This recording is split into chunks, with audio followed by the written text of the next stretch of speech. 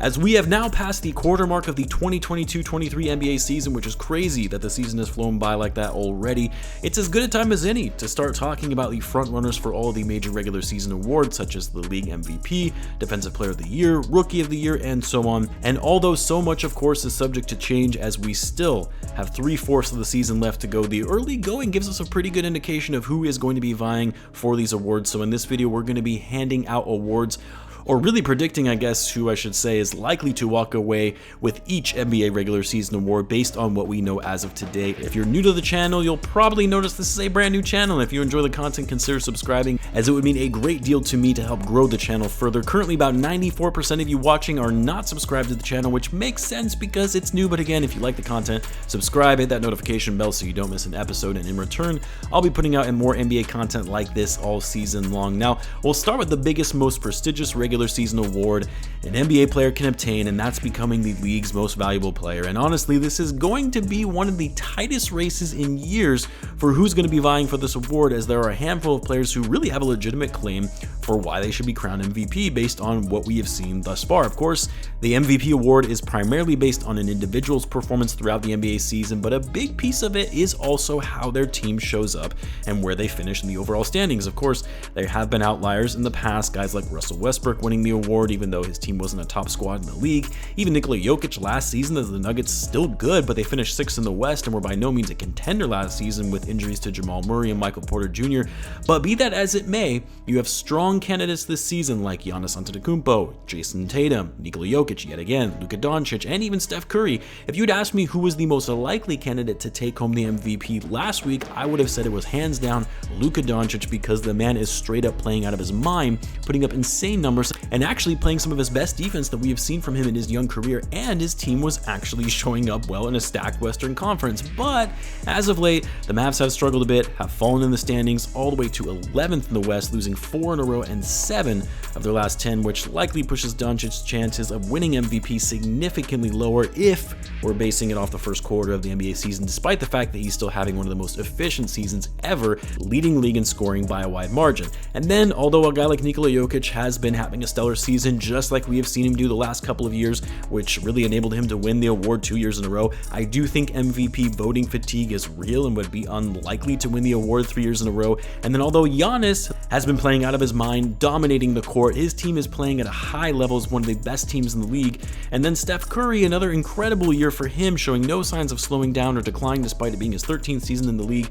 The winner of this award so far, for a quarter of the way into the season, despite all of these guys, has to be Jayson Tatum, as he has yet again taken his game to a new level, putting up career-high numbers in scoring, and by a wide margin at that, career-high numbers in rebounds, assists, and blocks. And despite his overall usage increasing, he's also turning the ball over less than in years past. He's been the most efficient of his career, again, also by a wide margin, and by far and away the best on-court, off-court numbers when it comes to impacting his team's performance, with the highest box plus-minus of his career.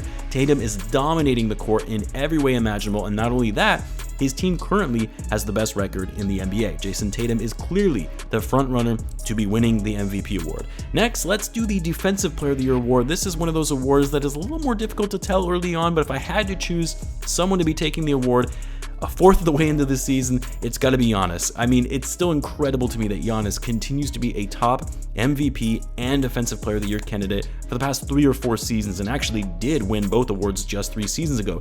He's currently leading the league in defensive win shares, 3rd in the league in defensive box plus minus, 1st in the league in defensive rating. And it's not even just how efficient he is on defense with his length and ability to defend the paint, because as elite as he is on defense, he's not that great of a shot blocker by comparison, because he's doing so many other things in the court. It's also the fact that he can guard the perimeter pretty well in staying on his man when driving to the basket with his incredible lateral quickness. Marcus Smart, who won the award last season, is right up there, but not on the same level of what Giannis has been able to do thus far defensively this season. And one guy who has been a surprise top candidate is actually OG Anunoby of the Toronto Raptors. I mean, he's always been a good defender, but he's really stepped up that aspect of his game to being one of the league's elite defenders.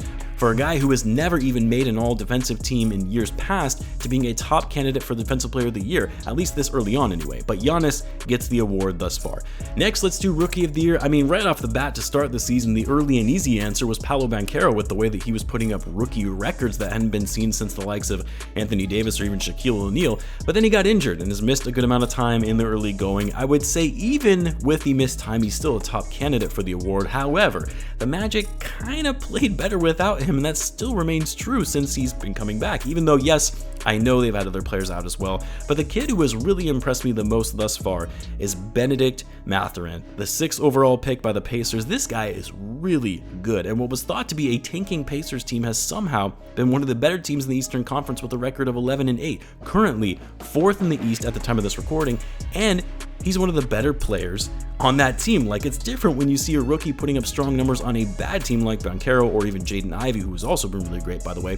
But Mathurin, 18.8 points per game on solid efficiency. He's a great outside shooter as well, shooting 42% from 3 on good volume at 5.6 attempts per game. Not a good defender. Hopefully he can improve that aspect of his game as he develops further. But that aside, he's my pick for Rookie of the Year, a fourth of the way into the season. Let's do Coach of the Year now. Again, it's hard to do this with only a fourth of the way into the year, but really, I don't see how you can't give it to anyone else other than the Boston Celtics' Joe Mazzulla. Yes, the Celtics were a great team last year. They went to the finals, so you can expect them to be good again. But for inheriting a team after a crazy circumstance when the Celtics suspended their first-year head coach Ime Udoka for the entire season, creating uncertainty around the organization, unsure how the roster would respond to him taking the helm as the youngest coach in the league, and yet the Celtics, they look even better than what they finished out the season last year with an incredible start and being the most dominant offensive team in the league, leading the NBA with an insane 120 points per game average, which is on pace to be an NBA record, leading the league in offensive rating and also by a wide margin. This team is on an absolute tear with how dominant they have been in the early going. And while yes, what JB Bickerstaff has been able to do with the Cavs and how great they've been, although they've kind of fallen back down to earth a bit since having that hot start. Obviously, Rick Carlisle deserves some consideration based on the fact that the Pacers were expected to be tanking and have started off this season as one of the better teams in the East. Mike Brown, I'm sure, will get some consideration as the Kings have actually been decent for once, but none of these coaches have been more impressive than what Mazzulla has been able to do with his group for the Celtics. Next, we got the 6th Man of the Year award, and this one is crazy because a lot of people will say, oh, it's Jordan Poole, hands down. And maybe he does deserve it over the guy that I'm going to give it to, but what gets me about Poole is just how inconsistent he's been as a player this season, and you would have expected more from him. One, because they just signed him to a massive deal, which I mentioned in a prior video on this channel before the season started. I think that was one of the worst offseason contracts that was given out, but even the contract aside, you would have expected more from Poole to be that guy that gives the Warriors a threat in terms of the depth of the roster, and he's been very inefficient, shooting 31% from 3 on over 6 attempts per game. He's been turning the ball over at a much higher rate despite having the same usage. So no, Jordan Poole doesn't get my vote for 6th Man of the Year. No, the biggest twist ever. Never in my life would I have thought by saying this, but Russell Westbrook has been the 6th man in the league so far this season. I'm sure people will come at me in the comments and say that I'm crazy, and look, this is coming from someone who is not a fan of Westbrook at all and his game, but he's actually been more impactful as a player than he has been the last 3 seasons or so because he's coming off the bench. He's taking care of the ball better, not turning it over as frequently despite having the same usage. He's been more efficient than he was last season and has been more impactful than other guys like Poole or Christian Wood, who are also receiving consideration for the award. Now, Malcolm Brogdon is likely the runner-up and is right next to Westbrook in terms of his impact coming off the bench for the Celtics, and given the Celtics are one of the best teams in the league, he likely should get the nod for this award a fourth of the way into the season. But I think Westbrook has turned it around, and accepting his role coming off the bench and doing it well makes it all the more impressive. And then finally, the Most Improved Player of the Year award. This one has kind of shifted early on throughout the start of the season. It started out as Lauri Markkanen, then it was Tyrese Halliburton for a bit. De'Aaron Fox was thrown into the mix with how well he's been playing alongside with the Kings. Bol Bol, Tyrese Maxey have also been early candidates, but I don't know how you can't go with someone like Shai Gilgeous-Alexander for the Most Improved Player of the Year. SGA is playing out of his mind, playing like a top 10 player in the league, averaging career high in points, which he's actually 3rd in the league in scoring behind Luka and Steph, career high in assists, blocks, and steals, also a career high in field goal percentage. He's having his best season of his career on defense, and he's doing all of this leading a Thunder team that was expected to be horrible this season in tanking for Wembanyama, and instead actually getting this team to be a very scrappy and competitive team. I'm not saying they're a good roster. They're still 12th in the West, but they're better than most people would have expected going into the season, and a lot of that has to do with the crazy leap we have seen from SGA from the prior season to this year. So no question, Shai Gilgeous-Alexander wins the Most Improved Player of the Year award a fourth of the way into the year. Those are my NBA awards with a fourth of the season under our belts. I didn't do what I would consider some of the more random awards like the Hustle Award or Best Teammate Award or Sportsmanship of the Year Award, because I don't really think that those awards are all that serious. But either way, let me know in the comments what you guys thought about these selections and where you would have selected some of these differently. Let me know. Be sure to subscribe, and I will see you in the next one.